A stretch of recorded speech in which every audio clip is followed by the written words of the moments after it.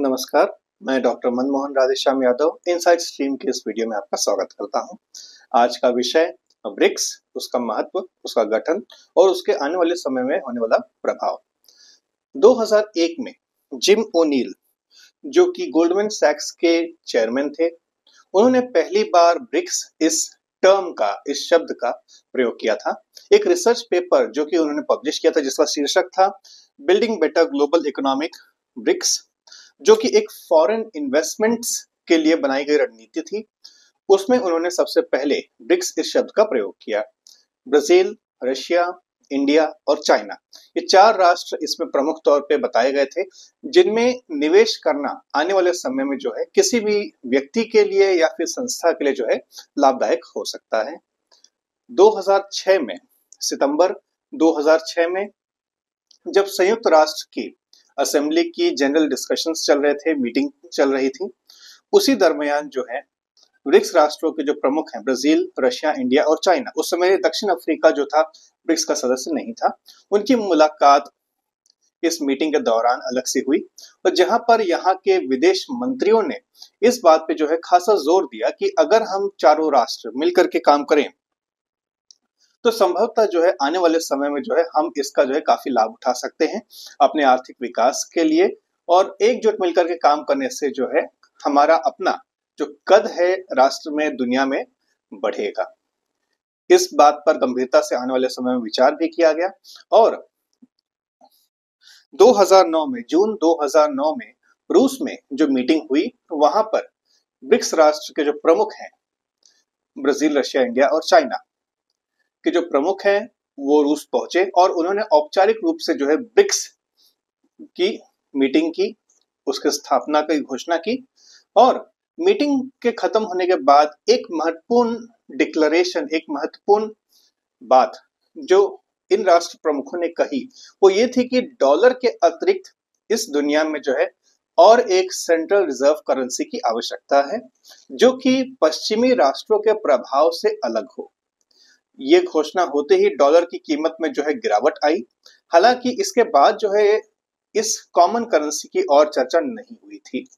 कुछ समय में आगे आते हैं, जब ब्रिक्स राष्ट्रों का समिट होने वाला था 2011 में, जो कि चीन में होने वाला था, उससे पहले दक्षिण अफ्रीका को न्योता दिया गया ब्रिक्स में शामिल होने का 2010 में, और दक्षिण अफ्रीका ने जो है इसको स्वीकार भी किया। इसके बाद 2011 के समिट में, जो कि चीन में हुआ था, दक्षिण अफ्रीका जो है सभी अन्य राष्ट्रों के साथ जो है यहाँ पे शामिल हुआ, और इसके बाद से जो टर्म ब्रिक्स है आधिकारिक तौर पे जो है अपनाया गया। अभी हम लोग दक्षिण अफ्रीका के बाद जो हाल ही में ब्रिक्स का जो सदस्यता बढ़ाई गई है, वो 2004 में बढ़ाई गई है, 1 जनवरी 2004 से। दक्षिण अफ्रीका में अगस्त 2023 में जो ब्रिक्स का 15वां समिट हुआ था, वहां पर कई राष्ट्रों को जो है न्योता दिया गया, कुल मिला के 6 राष्ट्रों को जो है न्योता दिया गया कि आप यदि ब्रिक्स में शामिल होना चाहें तो हो सकते हैं। इन राष्ट्रों के नाम है Argentina, Egypt, Ethiopia, Iran, Saudi Arabia और यूएई। इन सभी राष्ट्रों ने जो है उस समय इस न्योते को स्वीकार भी किया था। हालांकि नवंबर 2023 में अर्जेंटीना में जो चुनाव हुए, उसके बाद जो नए प्रधानमंत्री वहां पे चुन के आए, उन्होंने इस बात का ऐलान किया कि अर्जेंटीना इस न्योते को स्वीकार नहीं करेगा। तो इसके बाद जो है 5 राष्ट्र 1 जनवरी 2024 से अर्जेंटीना के अलावा इस संगठन में शामिल हुए। और ये तो था ब्रिक्स का जो है एक्सपांशन का और उसके गठन का एक तरीके से सार। इसके बाद में हम आते हैं ब्रिक्स ने जो है अपने सदस्य राष्ट्रों के लिए क्या काम किया है, और ब्रिक्स राष्ट्रों का जो महत्व है यहाँ पे क्या हो जाता है। सबसे पहले ब्रिक्स के जो कुछ प्राथमिक कदम है जो कि सदस्य राष्ट्रों के लिए लिए गए, मैं उसकी चर्चा करता हूं। उसके बाद में जो है एक तुलना करेंगे G7 और ब्रिक्स राष्ट्रों की। सबसे पहले जो 2015 में न्यू डेवलपमेंट बैंक, जिसे ब्रिक्स डेवलपमेंट बैंक भी कहा जाता है, इसकी स्थापना जो है चीन में की गई। चीन में हर एक राष्ट्र जो कि ब्रिक्स का सदस्य है, 5 राष्ट्र जो कि आप जानते हैं, हर एक राष्ट्र को जो है 20% शेयर्स दिए गए। यानी ये जो कोर मेंबर्स हैं ब्रिक्स के, इन सभी राष्ट्रों के पास, इन 5 राष्ट्रों के पास जो है बराबर सदस्यता है, बराबर शेयर्स हैं ये न्यू डेवलपमेंट बैंक के, जिसे ब्रिक्स डेवलपमेंट बैंक भी कहा जाता है।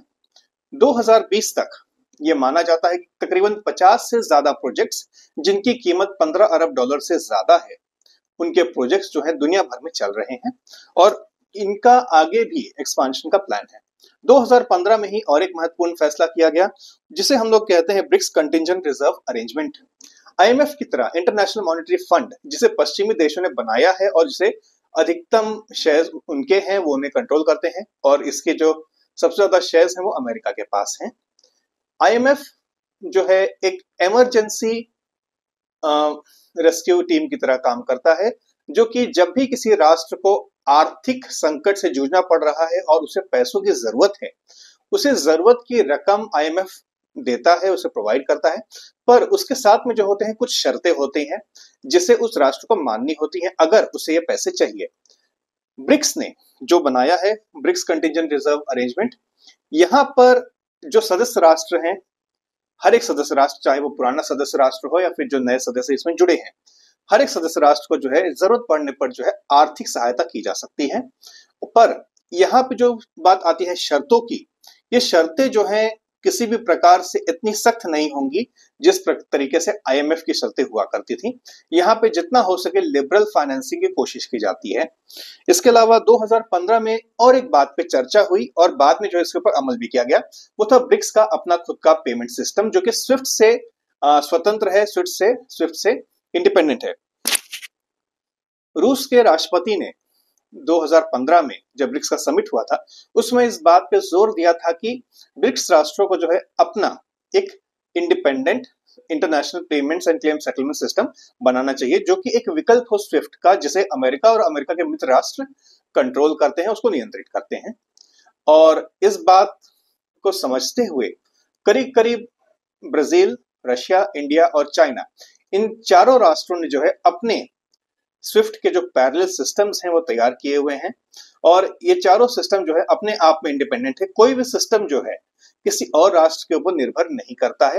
ये चारों सिस्टम मिलकर काम करते हैं। एक तरीके से ये पैरेलल सिस्टम्स हैं, बट साथ ही साथ ये कोऑपरेट भी करते हैं, कॉम्प्लीमेंट्री तरीके से एक दूसरे के साथ में मिलकर काम भी करते हैं। इन सिस्टम्स का जो सबसे बड़ा एडवांटेज है वो ये है कि पश्चिमी राष्ट्रों द्वारा लगाए गए किसी भी रोक या पाबंदी का इनके ऊपर कोई प्रभाव नहीं है और जो भी ट्रांजैक्शन यहाँ पे होता है वो किसी भी राष्ट्र की राष्ट्रीय मुद्रा में होता है, डोमेस्टिक करेंसी में होता है, नेशनल करेंसी में होता है। अब इसी से जो दूसरी बात सामने आती है वो है कॉमन करेंसी की। 2023 में जब दक्षिण अफ्रीका में मीटिंग चल रही थी तो यहाँ पे इस बात की चर्चा जोर शोर से हुई कि ब्रिक्स राष्ट्रों को जो है अपनी एक स्वतंत्र करेंसी जो कि ग्लोबल रिजर्व के तौर पे काम करे उसका गठन करना चाहिए, उसके ऊपर काम करना चाहिए। और इस क्षेत्र में शायद कुछ काम हुआ भी है। हालांकि किसी भी ब्रिक्स राष्ट्र ने जो है इसके बारे में ज्यादा जानकारी नहीं दी है। हालांकि चीन और रूस के जो प्रतिनिधि हैं वो समय समय पर इस बात को कहते रहे हैं कि ब्रिक्स की एक नई करेंसी जरूर लॉन्च की जाएगी। इस करेंसी का एडवांटेज क्या होगा, इसका फायदा क्या होगा? सबसे पहले इसका फायदा ये होगा कि यदि कोई सदस्य राष्ट्र, ब्रिक्स का सदस्य राष्ट्र यहाँ पे ट्रांजैक्शन करना चाहता है, किसी भी प्रकार का लेन देन करना चाहता है, तो ब्रिक्स का जो अपना इंडिपेंडेंट सिस्टम है जो कि स्विफ्ट के पैरेलल में काम करता है, स्विफ्ट की तरह ही काम करता है, उसके जरिए जो है ये काम किया जा सकता है।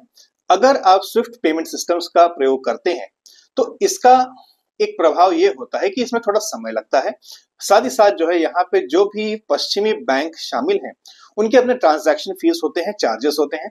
और अगर पश्चिमी राष्ट्रों ने आपके ऊपर किसी भी तरीके की आर्थिक पाबंदी लगाई है तो आप इस सिस्टम का प्रयोग नहीं कर सकते। एक उदाहरण हम लेते हैं। उदाहरण के तौर पर अगर देखा जाए तो यदि भारत ईरान से तेल खरीदता है, मान लीजिए कि हमने जो है करीब $1 मिलियन का तेल ईरान से खरीदा, तो इसका जो हमें पेमेंट करना है अगर हम डॉलर में करना चाहें तो ये तभी संभव है अगर स्विफ्ट इस बात की अनुमति दे। अगर अमेरिका ने जिस तरीके से पाबंदियां लगाई हुई हैं वो पाबंदियां हैं तो उनके चलते भारत ईरान को डॉलर नहीं दे सकता। पर जो हमारे अपने इंडिपेंडेंट पेमेंट सिस्टम्स हैं जिसे ब्रिक्स राष्ट्रों ने तैयार किया है, ब्राजील, रशिया, इंडिया, चाइना, हम चारों राष्ट्रों के जो है अपने इंडिपेंडेंट पेमेंट सिस्टम्स हैं। एक सिस्टम काम नहीं करेगा तो दूसरा सिस्टम जरूर काम करेगा और हर एक करेंसी ब्रिक्स राष्ट्रों की यहाँ पे स्वीकार की जाती है। ये जो सिस्टम है इसका जो फायदा है वो ये है कि भारत ईरान को जो है भारतीय रुपए में चीन के युआन में, रूस के रूबल में, किसी भी जो ये 3 मेजर करेंसीज हैं ब्रिक्स के सदस्य राष्ट्रों की, इनमें से किसी भी करेंसी में पेमेंट कर सकता है अपने सिस्टम को यूज करके, और ईरान उसी के थ्रू जो है भारत के साथ भी लेन देन कर सकता है। ये सिस्टम इंडिपेंडेंट है और इसमें जो लगने वाला समय है और जो खर्चा है स्विफ्ट के मुकाबले काफी कम भी है, क्योंकि इसके जो एल्गोरिदम्स हैं नए हैं, मॉडर्न हैं और ये ज्यादा असरदार भी पाए गए हैं। अब जैसा कि मैंने कहा था, हम एक तुलना करेंगे ब्रिक्स और G7 राष्ट्रों की। ब्रिक्स का जो सदस्यता है वो तो आप समझ ही गए हैं, वो तो आप जान ही गए हैं। G7 की बात करते हैं। G7 में कौन से राष्ट्र शामिल हैं? G7 में सबसे पहले है अमेरिका, अमेरिका का पड़ोसी राष्ट्र Canada, United kingdom, France, Germany, Italy और जापान। ये 7 राष्ट्र जो है दुनिया की सबसे प्रमुख अर्थव्यवस्थाओं में से एक है। इनका जो पर कैपिटा इनकम है और जो पर कैपिटा जीडीपी है दुनिया में सबसे ज्यादा है। इन्हें जो है विकसित राष्ट्र हर प्रकार से आप मान सकते हैं। अब एक तुलना जो हम कर रहे हैं, उस तुलना की जो शुरुआत है हम सकल घरेलू उत्पाद, जिसे हम लोग ग्रॉस डोमेस्टिक प्रोडक्ट कहते हैं, उसके विकास से शुरुआत करते हैं। 2024 में जो आंकड़े मेरे सामने हैं उससे ये पता चलता है कि जो ब्रिक्स राष्ट्रों की जो औसत ग्रोथ है, एवरेज ग्रोथ है, और जब मैं एवरेज कह रहा हूं मतलब ये कि ब्रिक्स के जितने भी सदस्य राष्ट्र हैं, जिसमें ब्रिक्स के 5 कोर मेंबर्स और जो नए मेंबर्स शामिल किए गए, उन सभी का जीडीपी इसमें शामिल है। तो अगर ये औसत देखा जाए तो ब्रिक्स राष्ट्रों का जो औसत सकल घरेलू उत्पाद में जो वृद्धि होगी, जो ग्रोथ होगा जीडीपी में, वो तकरीबन 3.6% होने वाला है। वहीं G7 राष्ट्र जो हैं, उनके जो सदस्य राष्ट्र हैं, उन सभी का जीडीपी का अगर औसत विकास देखा जाए तो 2024 में ये जो विकास दर है 1% या फिर उससे शायद कम होने की भी संभावना दिखाई जा रही है, यूरोप में चल रही आर्थिक मंदी के कारण। अगर हम लोग विकास की बात कर रहे हैं, जीडीपी की बात कर रहे हैं, तो जीडीपी के विकास के पीछे जो एक मेजर फैक्टर होता है, एक प्रमुख कारण होता है, वो होता है जो प्रमुख आबादियां हैं वो भी। पहले भारत के और चीन की बात करते हैं इस मामले में। भारत का जो औसत जीडीपी ग्रोथ रेट है, एवरेज जीडीपी ग्रोथ रेट है, वो ये अनुमान लगाया गया है कि 2024 में 6.8% रहेगा, 6.8% रहेगा। वहीं चीन का जो एवरेज ग्रोथ है, जीडीपी का ग्रोथ है, वो तकरीबन 4.6 होने की संभावना बताई जा रही है। आबादी के लिहाज से देखा जाए तो भारत की आबादी करीब 142 करोड़ है, चीन की आबादी भी 130 करोड़ से ज्यादा है। और अगर आबादी के हिसाब से टोटल देखा जाए, ब्रिक्स राष्ट्रों के सभी सदस्य राष्ट्रों की आबादी देखी जाए तो जो टोटल आंकड़ा है ये करीब 324 करोड़ का है। मतलब दुनिया की तकरीबन 45% आबादी ब्रिक्स राष्ट्रों की सीमाओं में रहती है। वहीं अगर आप G7 राष्ट्रों की बात करें तो सभी 7 राष्ट्रों की आबादी मिला करके जो आबादी है वो तकरीबन 75 करोड़ की है, जो कि दुनिया की कुल आबादी का तकरीबन 10% है।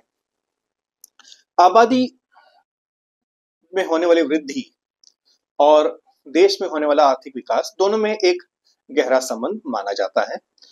जो हमारे ब्रिक्स राष्ट्र हैं, सभी सदस्य राष्ट्र, उनमें एक जो कॉमन चीज है, जो इनको संगठित करने वाली चीज है, वो ये है कि हर एक ब्रिक्स राष्ट्र में जो है मिडिल क्लास, जो मध्यम वर्ग है, वो तेजी से बढ़ रहा है।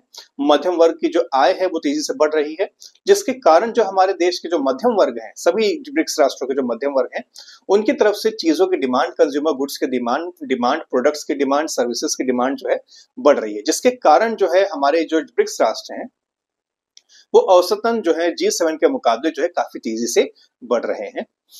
अगर हम आबादी के बाद कुछ और चीजों को देखें तो ये भी हमें देखना होगा कि जो ब्रिक्स राष्ट्र हैं और जो G7 राष्ट्र हैं, उनकी आबादी की स्थिति क्या है। मतलब एक आबादी बूढ़ी भी होती है, जवान भी होती है। जो ब्रिक्स राष्ट्र हैं उनमें औसतन जो है करीब करीब हर एक राष्ट्र की जो आबादी है युवा है, या फिर युवा का जो आयु है उसके आसपास है। वहीं G7 राष्ट्रों की जो आबादियां हैं वो बूढ़ी हो रही हैं। भारत और जापान का एक उदाहरण लेते हैं। भारत के एक औसत नागरिक की जो आयु है वो तकरीबन 28 वर्ष की है। वहीं जापान के एक औसत नागरिक की जो आयु है वो 48 वर्ष है। भारत में जो युवा है तेजी से बढ़ रहे हैं और भारत की आधी से ज्यादा आबादी इस समय जो है 40 वर्ष या उसके नीचे की है, जिसके कारण आने वाले समय में जो है भारत में काफी तेजी से आर्थिक विकास होने की संभावना भी जताई जा रही है और 2050 तक ये माना जाता है कि भारतीय अर्थव्यवस्था चीन से आगे निकल जाएगी। जापान की बात करते हैं। जापान की औसत आबादी जो है उसकी जो आयु है 48 वर्ष है, जैसे मैंने आपको बताया। इसका प्रभाव क्या है? प्रभाव आप इस प्रकार समझिए कि जापान में 2023-24 का जो वित्तीय वर्ष था उसमें एक आंकड़े के तहत जो बूढ़े व्यक्ति हैं उनके डायपर्स शिशुओं के डायपर के मुकाबले, बच्चों के डायपर के मुकाबले ज्यादा बिके। G7 राष्ट्र बूढ़े हो रहे हैं, वहीं जो ब्रिक्स राष्ट्र हैं आज के समय में जवान हैं और आगे कुछ आने वाले समय तक उनका ये जो आयु है ये स्थिर रहेगी, उनकी जो डेमोग्राफिक्स है स्थिर रहने की संभावना भी जताई जा रही है। पर जो G7 राष्ट्र हैं उनका जो सबसे बड़ा एडवांटेज है, उनके हक में जो सबसे ज्यादा बात है वो ये है कि ब्रिक्स राष्ट्रों जो है वो विकसित राष्ट्र हैं। वहां पे पर कैपिटा इनकम और पर कैपिटा जीडीपी ब्रिक्स राष्ट्रों के औसत नागरिक के मुकाबले काफी ज्यादा है, जिसके कारण वो एक डेवलप हुए मार्केट है, वो डेवलप हो चुके मार्केट्स हैं। ऐसे मार्केट्स जिन्हें और ज्यादा डेवलप होने की जरूरत नहीं है वो अपने डेवलपमेंट की चरम सीमा पर हैं। वहीं जो ब्रिक्स राष्ट्र हैं उनके जो मार्केट्स हैं अभी विकासशील हैं। हमारे जो मार्केट्स हैं डेवलप हो रहे हैं, आबादी डेवलप हो रही है, टेक्नोलॉजीज डेवलप हो रहे हैं, इंफ्रास्ट्रक्चर अभी डेवलप हो रहा है, जिसके कारण अभी हमें बहुत सारा काम करना है आने वाले समय में। और हम अगर विकास की बात कर रहे हैं, ग्रोथ की बात कर रहे हैं, आर्थिक विकास के लिए एक सबसे जरूरी संसाधन जो है वो है ऊर्जा, एनर्जी रिसोर्सेस। एनर्जी रिसोर्सेस की हम जब बात करते हैं तो ब्रिक्स राष्ट्रों में तकरीबन लिक्विड पेट्रोलियम गैस एलपीजी 32% दुनिया का एलपीजी जो है ब्रिक्स राष्ट्रों में उत्पादन होता है उसका। वहीं पेट्रोलियम की जब बात करते हैं दुनिया का 43% पेट्रोलियम ब्रिक्स राष्ट्रों में जो है उनका उत्पादन किया जाता है। इसके अलावा करीब करीब दुनिया की हर एक जरूरत की चीज, चाहे वो कंप्यूटर्स हो, टेक्नोलॉजी हो, खाद्य पदार्थ हो, उन सबका उत्पादन ब्रिक्स राष्ट्रों में पश्चिमी राष्ट्रों के मुकाबले कहीं ज्यादा होता है। और अगर ये ब्रिक्स राष्ट्र एक साथ मिलकर काम कर रहे हैं, चाहे वो ऊर्जा की रिक्वायरमेंट्स हो, एनर्जी रिसोर्सेस हो या फिर दूसरे अन्य प्रोडक्ट्स या सर्विसेज हो, सभी ब्रिक्स राष्ट्र मिलकर काम कर रहे हैं, जिसके कारण हम आपसी मुद्रा में, हम अपनी डोमेस्टिक करेंसीज में या फिर अगर आने वाले समय में ब्रिक्स की कॉमन करेंसी लॉन्च की जाती है तो उस कॉमन करेंसी को यूज करके जो है उसका प्रयोग करके जो है आपस में लेन देन कर सकते हैं। पश्चिमी राष्ट्र इस बात को इन्फ्लुएंस नहीं कर पाएंगे क्योंकि यहाँ पे स्विफ्ट का जो पेमेंट सिस्टम्स है उसका हम प्रयोग नहीं कर रहे हैं, जिसके कारण ब्रिक्स अपने आप में एक इंडिपेंडेंट इकोनॉमिक ब्लॉक के तौर पे काम करता है। और इंडिपेंडेंट इकोनॉमिक ब्लॉक होने का फायदा यह है कि कोई भी एक राष्ट्र या फिर उसके कुछ गिने चुने राष्ट्र एक तरफा तरीके से जो है हम पर प्रभाव नहीं डाल सकते, जो कि पश्चिमी राष्ट्रों के लिए एक चिंता का विषय रहा है जब से ब्रिक्स और उसके एक सदस्य राष्ट्रों ने जो है कॉमन करेंसीज में ट्रेड करना, उत्पादन और बाकी चीजों में जो है सहयोग करना शुरू कर दिया है। तो आज के लिए जो है इतना ही, मुझे आज्ञा दीजिए। नमस्कार।